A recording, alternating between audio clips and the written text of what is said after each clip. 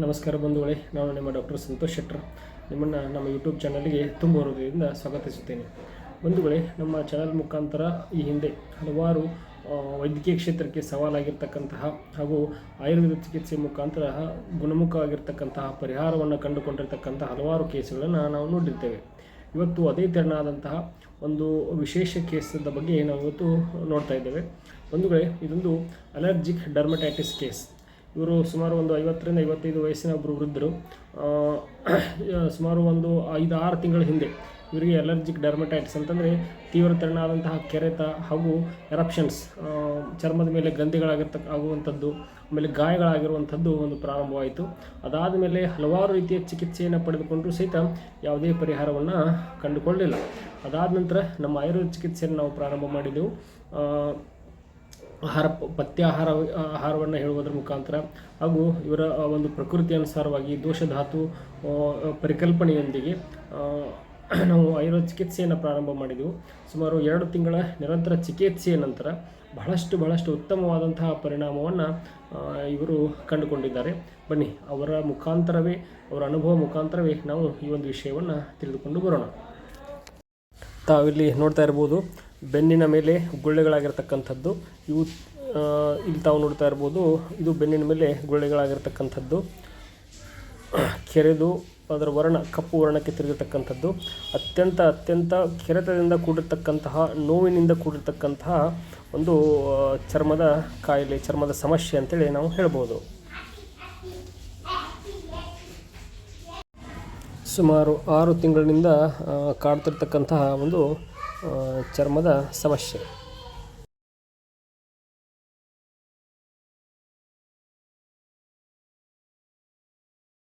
ತಾವಿಲ್ಲಿ ನೋಡ್ತಾ ಇರ್ತಕ್ಕಂಥದ್ದು ಸುಮಾರು 1.5 ತಿಂಗಳ ಆಯುರ್ವೇದ ಚಿಕಿತ್ಸೆಯ ನಂತರದ ಒಂದು ಪರಿಸ್ಥಿತಿ. ರೋಗಿಯ ದೇಹದ ಪ್ರಕೃತಿ, ಪಥ್ಯಾಹಾರ, ಸಂಪ್ರಾಪ್ತಿ ವಿಘಟನ, ಹೀಗೆ ಈ ಒಂದು ದೃಷ್ಟಿಕೋನದಿಂದ ಆಯುರ್ವೇದ ಚಿಕಿತ್ಸೆಯನ್ನು ನೀಡುವುದರ ಮುಖಾಂತರ ಹಲವಾರು ಗಂಭೀರ ಸಮಸ್ಯೆಗಳನ್ನು ಸಹಿತ ಪರಿಹಾರ ಮಾಡಬಹುದು.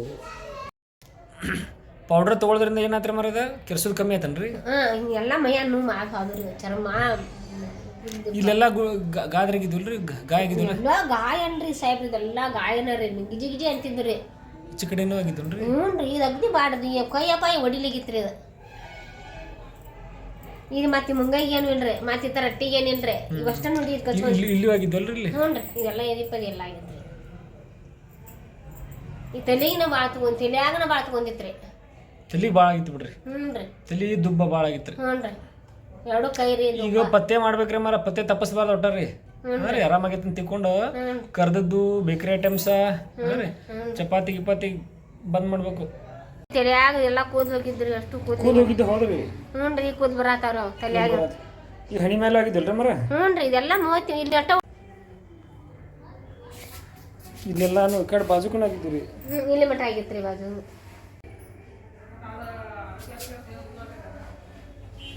ಈಗ ನಮ್ ತೋರ್ಸಿದ ಮೇಲೆ ಬೇರೆ ಎಲ್ಲಿ ತೋರ್ಸಿಲ್ಲ ನೀವು? ಇಲ್ರಿ ಎಲ್ಲೇ ತೋರ್ಸಿಲ್ರಿ, ಒಂದ